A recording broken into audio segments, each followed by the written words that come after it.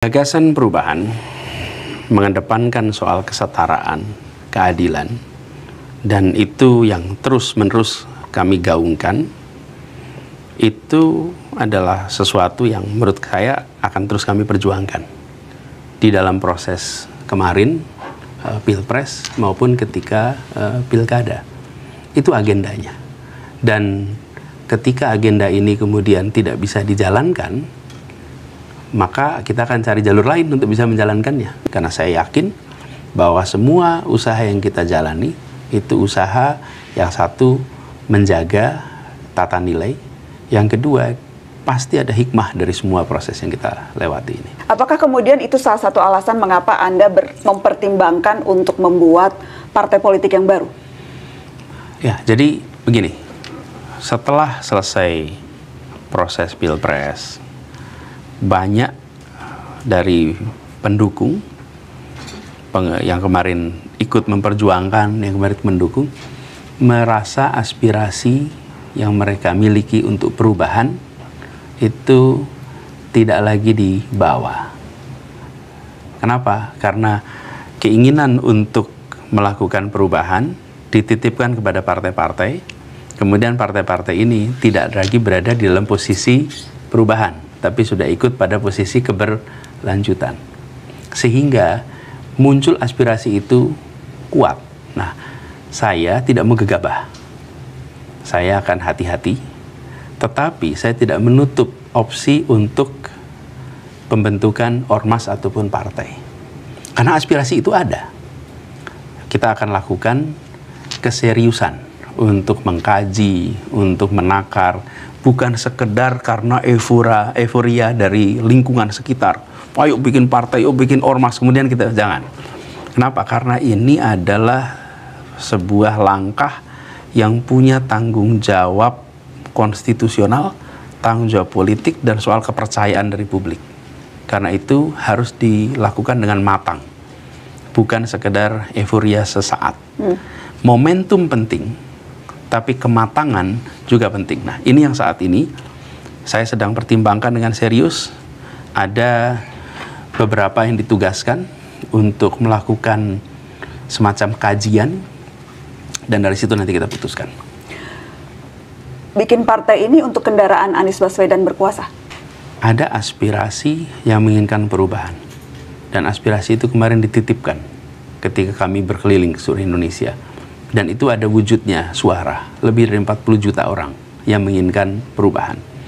Jadi ini bisa menjadi sebuah tempat bagi siapapun ingin perubahan di berbagai level. Di kabupaten, provinsi, kota, termasuk nasional. Jadi ini bukan tentang satu orang, ini adalah tentang 40 juta orang lebih nih yang menginginkan perubahan nih.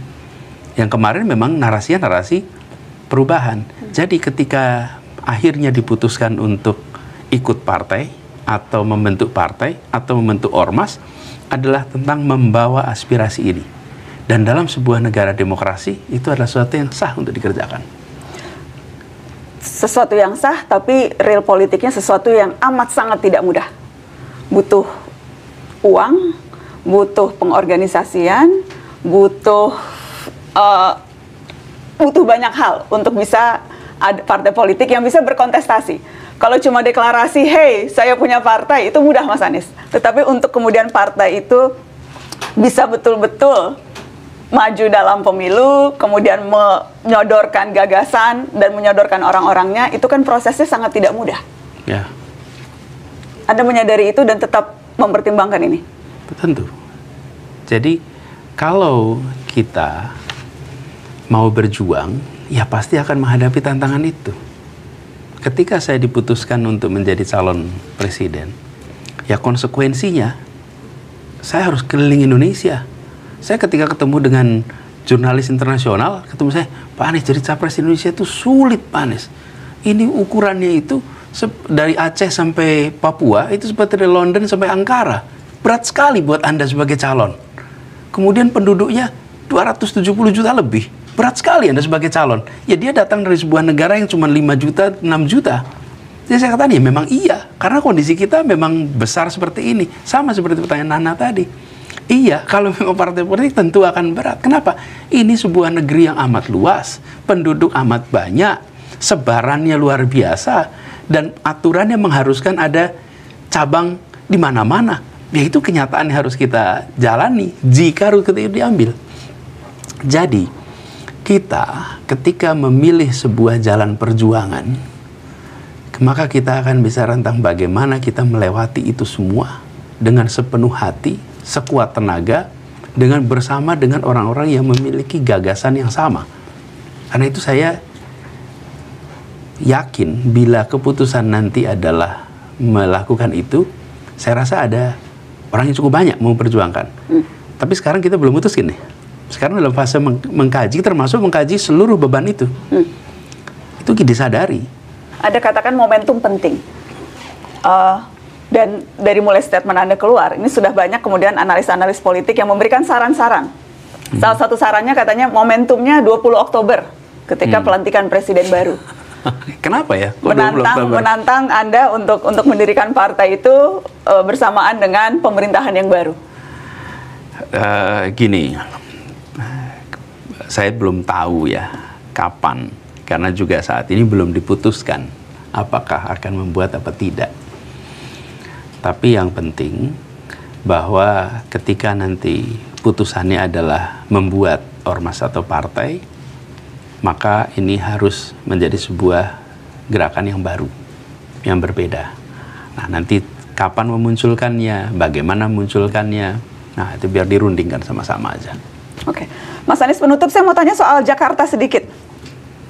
Sudah ada 3 pasang calon. Yang satu didukung 15 partai politik, diusung 15 partai politik, yang satu diusung 1 partai politik, yang satu independen.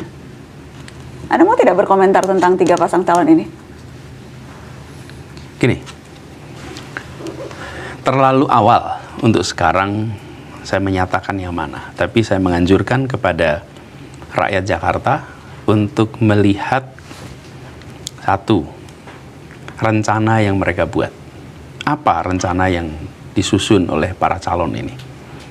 Kemudian yang kedua, lihat rekam jejak atas masing-masing calon. Apa saja yang sudah mereka hasilkan, apa saja yang mereka sudah perbuat di masa lalu. Karena itu dasar untuk menilai ke depan. Kemudian yang ketiga, seberapa dekat mereka dengan ide gagasan yang mereka bawa, sehingga itu akan bisa menyatu. Lalu setelah itu semua ada, bandingkan dengan apa yang menjadi keinginan. Tidak mungkin bisa ketemu dengan pilihan yang 100% sama, nggak mungkin. Tapi bisa membandingkan, saya kira-kira samanya 50% dengan si A, mungkin 70% dengan si B, mungkin 30% dengan si C. Itu kira-kira begitu. Nggak mungkin 100% 100%. Pasti ada seperti itu. Jadi menganjurkan untuk membandingkan. Lalu, yang menurut saya juga krusial di sini adalah pastikan Jakarta ini memperhatikan masalah yang ada di kota kita dan relevansi dengan program mereka. Itu. Ada satu agenda yang menurut yang Anda mau titipkan ke 3 paslon ini yang menurut Anda urgent harus mereka perhatikan? Dari sekian banyak PR Jakarta yang belum terselesaikan. Kami sudah menyusun lengkap gagasan untuk Jakarta 2025-2030. Dan pada waktunya nanti kami akan sampaikan itu kepada masyarakat Jakarta, dan mudah-mudahan mereka akan bisa memanfaatkan itu. Jadi ketika kami memutuskan untuk maju di Jakarta, itu ada 2 track. Satu adalah track untuk proses pemilihannya, satu adalah track tentang substansi kebijakannya. Nah, yang substansi kebijakan udah jadi, dokumennya udah ada, dan udah siap untuk dimasukkan kalau kemarin didaftarkan. Nah, ini yang nanti kami pada waktunya akan sampaikan ke publik.